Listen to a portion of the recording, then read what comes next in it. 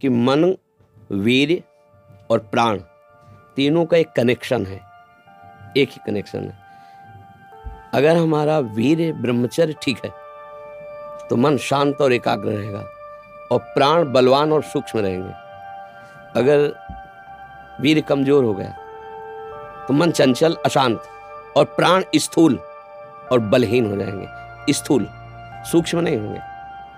अब हमको main point पर सुधार करना है, चाहे गृहस्थ हो चाहे विरक्त। गृहस्थ के लिए भी एक संयम से बर्ताव करने के लिए कहा गया है, और अगर जब तक ब्याह नहीं हुआ तब तक तो और संयम से रहना ही चाहिए।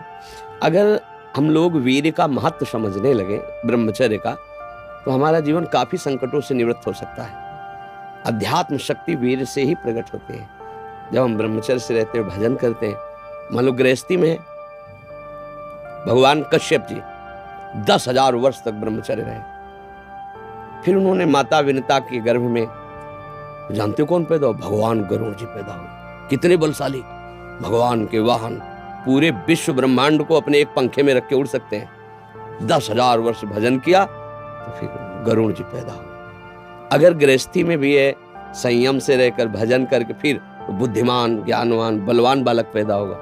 मुझे लगता है ब्रह्मचर्य की तरफ से हमारे समाज की दृष्टि हटती चली जा रही है। मनोरंजन के भाव में वो ब्रह्मचर्य, इसलिए हमारा मन अशांत। बोलो अब इस समय आप यौवन अवस्था में हो, इस समय तो उत्साह रग रग में रहता है, नहीं, चेतना रग रग में रहती है। हम नए बच्चों को देखते हैं उत्साहहीन, मतलब जैसे डिप्रेशन में हो, चेहरा देखकर ऐसा लगता है जैसे परेशान हो। क्यों परेशान है? क्योंकि आंतरिक जो शक्ति सपोर्ट करने वाली है।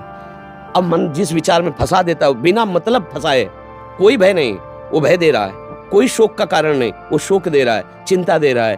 किसी भी कार्य को करो, इतना संशय पैदा कर रहा है, पता नहीं काम सफल होगा कि नहीं सफल होगा, कहीं ऐसा तो नहीं हो जाएगा, कहीं ऐसा तो, वो अशांत रखता है। और जब ब्रह्मचर्य, ऐसा कैसे हो सकता है? बल है ना, अध्यात्म बल, शारीरिक बल की बात नहीं कहते, ऐसा कैसे हो सकता है? यदि एक बार ऐसा हुआ तो 1000 बार मैं प्रयास करूंगा और इस पर विजय। वो मतलब जिद्दी स्वभाव, एक निष्ठा उसी से आती है, उसी से। ये जो संत महात्मा बड़े बड़े कष्टों को रौंद करके वो मेन पावर है। और हम लोग उससे, प्राण हमारे स्थूल हो गए, वासनात्मक, मन हमारा चंचल अशांत हो गया। क्यों? क्योंकि हमारा ब्रह्मचर्य ठीक नहीं है। अब उस पर किसी की दृष्टि नहीं जाती। अब ब्रह्मचर्य कैसे ठीक हो? हमारा संग ठीक नहीं, हमारा भोजन ठीक नहीं, हमारा दृश्य ठीक नहीं, हमारा श्रवण ठीक नहीं, गंदी बातें देखें, गंदी बातें सुने, गंदा विचार आए, गंदी क्रियाएं करें, फिर ब्रह्मचर्य कैसे रहा जा सकता है? अगर सुधार करो तो अभी बहुत बढ़िया समय है, कोई ज्यादा अवस्था तो हो नहीं गई। ब्रह्मचर्य का सुधार करो। हम सबसे कहते हैं व्यायाम करो। बिना शरीर को थकाए ब्रह्मचर्य को पचाया नहीं जा सकता। जैसे दंड बैठक, दौड़ भाग, व्यायाम किया, फिर आप भले गृहस्थ हो, फिर दिन भर कार्य करते रहो। 30 मिनट तो पूरे शरीर को ऐसा व्यायाम में रखो पसीना पसीना हो जाए। अब 8-10 बजे तक सो रहे तो व्यायाम कब करें? 4 बजे उठ के नहा धो करके घंटा आध घंटा दंड बैठक मारे तो आप देखो आपका जीवन प्रकाशित होने लगे। ये नहीं कहते कि बाबा जीवन, गृहस्थी में भी, गृहस्थी जीवन कोई साधारण इतना बड़ा बोझा लाद के चलना है परिवार का। शरीर स्वस्थ नहीं, विचार ठीक नहीं तो क्या है? अभी कुछ दिनों ऐसे अगर आचरण ढीले रहे तो शरीर ऐसे भयानक कमजोरी से युक्त हो जाएगा कि आपको सब कहेंगे प्रमादी पड़ा रहता है, कुछ करता नहीं। संभल जाओ।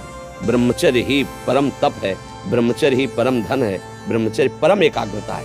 एकाग्रता ब्रह्मचर्य से आती है। आंख मूंदो या खुली रखो, अगर ब्रह्मचर्य ठीक, एक शीतलता, एक गंभीरता, और जिधर दृष्टि लगा उधर एकदम चिपक जाएगी जाके। जैसे भजन में, नाम में, एक, या आप संसारिक कार्य में बहुत अच्छा कार्य करोगे।